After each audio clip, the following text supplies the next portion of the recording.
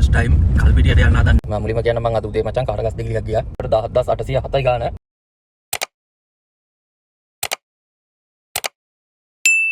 හයි මචංලා good morning. වෙලාව 7:22යි. First time කල්පිටියට යන්න හදන්නේ ෂුබි එකක්.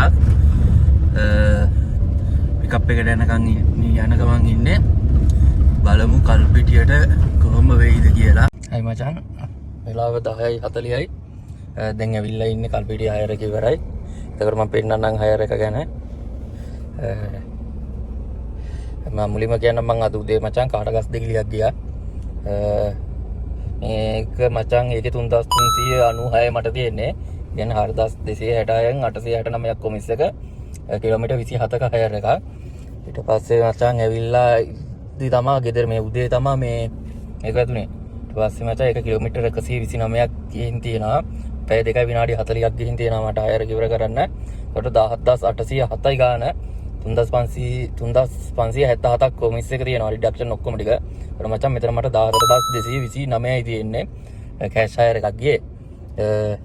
ඒලාවේ මචං කස්ටමර් ගාව මාරු තිබෙත් නැහැ මං ගාව මාරු තිබෙත් නැහැ. ඊට පස්සේ මචං කොහේට මට මේ 17800න් 17500යි මචං හම්බුනේ. මං කමන්නේ නැහැ කිව්වා නැත්තම් මේ එයා මාරු කරන් එන්න බැලුවා බැලුම් මේ ළඟ කඩ නෑ මචං මේ පොඩි ඇතුලේ බාරක් තියෙන්නේ මේ ඊට පස්සේ මචං ඒකෙත් මැසේජෙන් රුපියල් පොඩි 300ක් විතර පාඩුයි 200 300ක් විතර මේ කෑෂ් හයර් එක තිබ්බේ දැන් ඉතින් මචං පොඩ්ඩක් ඉඳලා බලලා යනවා මේ පොඩ්ඩක් සිග්නල් අඩු කේස් එකක් තියෙනවා මේ ෆෝන් එකේ අවුලක්ද දන්නෙත් නෑ මේ ළඟදී දැන් මොකක් හරි කේස් එකක් තියෙනවා බලමු එන මම එතකොට මචං සම්පූර්ණ කිලෝමීටර් 137ක් ගිහින් තියෙනවා මේ දැන් ගිහිල්ලා ඇවිල්ලා මම කිලෝමීටර් 13ක් විතර ආපස්සට ඇවිල්ලා ඉන්නේ මේකට මේ මචං අර කාටගස් දිල්ලි හයර් එක නැතුව මේ හයර් එක විතරයි ඔක්කොම කිලෝමීටර් 137.